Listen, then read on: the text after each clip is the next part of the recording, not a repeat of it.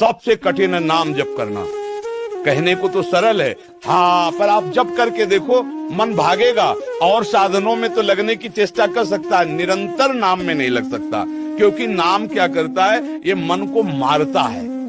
नाम को जब हम अपनी जिह्वा पे विराजमान करते हैं तो मन की कोई गति नहीं रह जाती कि वो विषय रस ले सके, और मन बिना विषय रस लिए जीवित नहीं रहता। और नाम ऐसी जलन पैदा कर देता है कि मन निर्विषय हो जाता है, मन मर जाता है, और मरा हुआ मन ही भगवत राज्य में प्रवेश पाता है। इसलिए नाम से बढ़कर कोई सिद्ध साधन नहीं, पर नाम में जल्दी रुचि नहीं होती। नाम सबसे पहले अनर्थ की निवृत्ति करता है, पाप प्रवृत्ति को नष्ट करता है। अन्य तीर्थयाटन आदि से पाप नष्ट होते हैं, पर नाम सीधे मूल को मारता है, पाप प्रवृत्ति को, वासना को मारता है। इसीलिए जो मन और इंद्रियों के द्वारा विषयों में विचरता रहा, वो छटपटाहट होती है, वो छोड़ देता है। कि नाम जप से तो बड़ी अशांति पैदा होती है, क्योंकि जिनको शांति चाहिए, जब इस मार्ग में कदम रखते हैं ना, तो नाम पहले मारता है इंद्रियों के बल। इंद्रियां अभी तक हमें मार रही थी, अब नाम इंद्रियों को निर्बल करता है, नाम मन को निर्बल करता है, और नाम हमें सबल करता है। तो ये इंद्रियां और मन हमारे अधीन हो जाती है। मांस खाना कितना घृणित कार्य है यार, कितने गंदे स्वभाव हो रहे हैं। दूसरे का मांस खा रहे हो तुम, अपने को स्वस्थ, अपने को बुद्धिमान समझ रहे हो, अपने को ग्रेजुएट समझ रहे हो। बहुत बड़ी दुर्दशा होगी, ये अभी समझ में नहीं आ रहा है। वो तो दृश्य सब देखे जाते हैं ना, पूरे ट्रक में बैठे आनंद से मस्त जा रहे, आग लग गई, गेट खुला नहीं, अंदर ही जल गए। क्यों? क्योंकि जला जला के जो खाया है ना, अब देख जलना कैसे लगता है। कार में आग लग गई, बोले कूदने का प्रयास किया, गेटे नहीं खुला, तो जल गए। ये सब क्या है? हमारे कर्मों का फल। सबसे प्रार्थना है, मांस मत खाइएगा, शराब मत पिएगा, पराई जो माता बहन है उनकी तरफ गंदी भावना मत कीजिएगा। ये धर्म है, आप पशु नहीं है, आप राक्षस नहीं है। आप जीवन मुक्त होने के लिए मानव देह प्राप्त किए। गंदे आचरण करेंगे तो मुक्त कहाँ होंगे, और बंध जाएंगे। इसलिए सही ढंग से चलो, नाम जप करो। एक आदमी कोई कह दे हमसे, जो धनी मांगी हो, कि आप चिंता मत करना, कभी कोई जरूरत हो, किसी और से बात करने की जरूरत नहीं, मैं हूं, तो छाती फूल जाएगी आज से ही, अभी से। कोई बड़ा अधिकारी आग कह दे, कोई आंख दिखाए, तो आप दबना नहीं, फोन कर देना, बस हम ऐसी तैसी कर देंगे, ऐसे चलेंगे।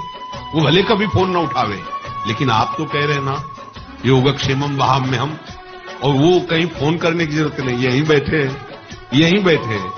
हमें विश्वास नहीं हो रहा, हम भक्त कहलाते हैं, हम शरणागत कहलाते हैं, हम भरोसा उस पड़ोसी का रखते हैं कि अगर कुछ हुआ ना, आवाज देंगे वो आ जाएगा। उसको उसकी जरूरत नहीं, उसको आप अपना मानो, जिसको आवाज भी न देना पड़े आ जाए। तो आप कहोगे द्रौपदी ने जब तक पुकारा नहीं तो आ क्यों गया? क्योंकि अन्य आश्रय था। केवल कृष्ण के आश्रय होती तो दुशासन की ताकत नहीं थी महल में जाके बाल पकड़ सके। अगर केवल प्रभु का भरोसा केवल होता, प्रभु का सच्ची मानिए, ये पहली बार डलिया अंदर आई है, नहीं वही गेटे से वापस करवा देते हैं। इसलिए करवा देते हैं कि देखो आज सब जगह नाटक चल रहा है। प्रभु केवल रुपया, केवल वस्तुएं और भोगों के लिए प्रवचन बेचा जा रहा है। हम चाहते हैं कि नहीं, हमारा धर्म, हमारे धर्मशास्त्र, हमारा भागवतिक आपके हृदय में चुभे और वो आपको उठाए, आपको सुखी करे। इसकी जरूरत नहीं, आपकी जरूरत है। आप धर्म से चलोगे, हमारे राष्ट्र की सेवा करोगे, तो हमारी छाती चौड़ी रहेगी। हम आपका स्वागत जैसे आज किया ना, ऐसे सदैव करते रहेंगे। हमें डलिया में संतोष नहीं होगा, हमें आपके धर्म से चलने से। अरे हिंदुओं के बहुत से देवता हैं, अरे हमारी दृष्टि में तो आओ, हम तो सुअर कुत्ता में भी भगवान को देखते हैं। नामदेव जी ने देख लिया ना कुत्ते में भगवान को। हमारे यहाँ तो 12 अवतार भी भगवान का माना गया है। हम तो मछली में भी भगवान देखते हैं, कछुआ में भी भगवान देखते हैं। उपदेश करना अलग बात है, हम देखते हैं, हम अनुभव करते हैं। वो मेरा मत्स्य रूप है, वो कूर्म रूप है, वो वाराह रूप है, वो चराचर जगत रूप है। सारा का सारा सृष्टि वही बना हुआ है, दूसरा कोई है ही नहीं। हमारे 1, 2, 10, 20 भगवान नहीं, चराचर भगवान है। वो अज्ञानी है, वो क्या जानता है? मेरा परमात्मा मेरे भाव के लिए वो मेरा बेटा बन सकता है, मेरा पिता बन सकता है, मेरा गुरु बन सकता है, मेरा शिष्य बन सकता है। मेरा प्रभु इतना कृपालु कि हम जिस भावना से उसे देखते हैं, वो वही भावना स्वीकार करके हमारे सामने प्रकाशित हो जाता है। वो ऐसा एक होते हुए भी वो अनेक भावनाओं का पोषण कर रहा है। कहीं शिव पार्वती के रूप में बैठा है, कहीं गणेश और सिद्धियों के रूप में बैठा है, कहीं सिया राम के रूप में, कभी राधे श्याम के रूप। जिधर तू चाहे उधर वो है एक ही तत्व, दूसरा तत्व नहीं है। हम कृष्ण बोले, तुम राम बोलो, वही राम रमा सम्य है, वही कृष्ण सबका आकर्षण कर रहा है, वही गणपति है, वही शिवा है, वही अंबा है, दूसरा कोई नहीं है। अब नहीं तुम जानो तो हम तुम्हें समझाने के लिए थोड़ी बैठे। मान लो मूर्ख कोई कहे कि आपस में फूट, कैसी फूट है, कहां फूट है?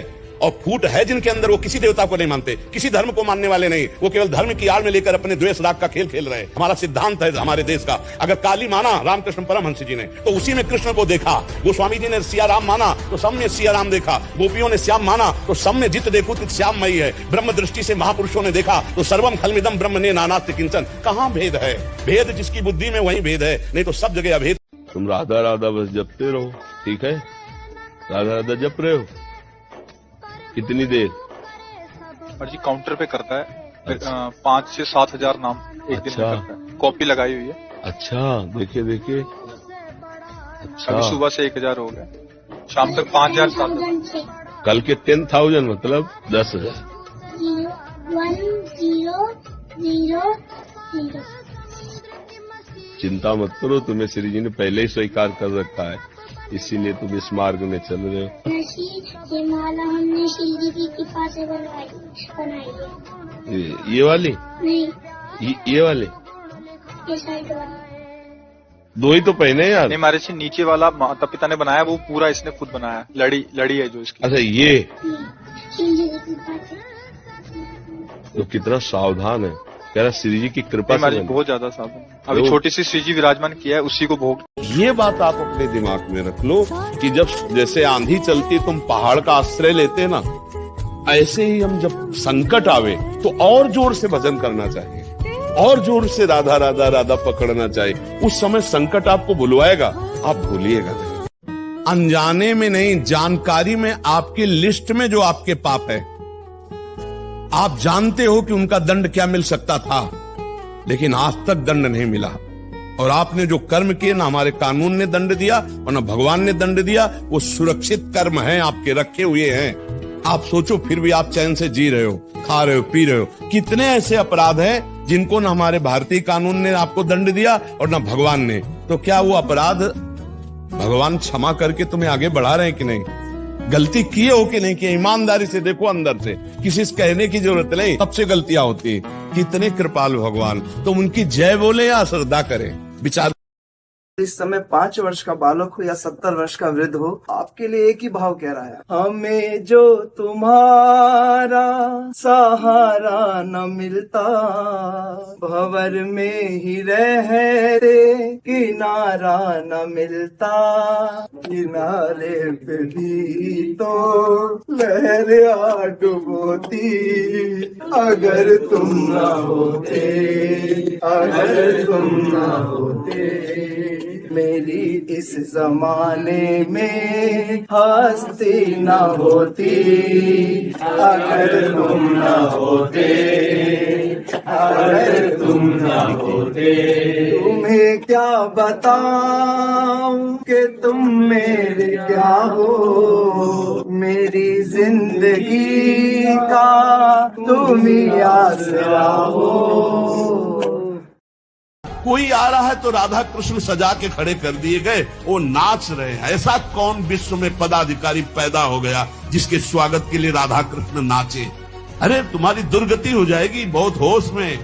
स्वांग मत समझो राधा कृष्ण को, स्वांग मत समझो कि कोई अधिकारी आ रहा है उसके लिए नाच गाने के लिए तुम राधा कृष्ण का मूर्ति बना, वो लांग बूट पहने हुए वो वहां से निकल रहा है, न प्रणाम न नमस्कार, वो समझ रहा है मेरे स्वागत के लिए। तुम्हारे स्वागत के लिए नहीं, नरक का स्वागत होगा। जहां बंसी और मुकुट विराजमान, वहां सर झुकना चाहिए। अरे सब में भगवान, फिर तो भगवान का स्वरूप बनाए हुए। इसलिए भगवान का स्वरूप बनाना या भगवान की लीला कथा करना बहुत होश से की जाए, जो शास्त्र में। पंढरपुर में महाराष्ट्र जो विट्ठल भगवान है, पुंडरीक नाम के गृहस्थ थे। उन्होंने माता पिता में भगवान की भावना की और रात दिन मेहनत करके कमाते हो, माता पिता की ऐसी सेवा करते जैसे भगवान की। तो स्वयं भगवान आ गए, वो सेवा में लगे थे माता पिता की। पीछे से आवाज आई, मैं तुम पर बहुत प्रसन्न हूं, मेरे दर्शन करो। बोले कौन? बोले भगवान। एक ईंट ऐसे बोली, महाराज खड़े हो जाओ, हम जब सेवा कर लेंगे तब हम आपको देखेंगे। ऐसे करके भगवान आज भी खड़े हैं। विट्ठल भगवान महाराष्ट्र में आज भी ऐसे खड़े, एक माता पिता के भक्त का प्रभाव दिखा रहे हैं। तो क्या आप भगवान को नहीं प्राप्त कर सकते?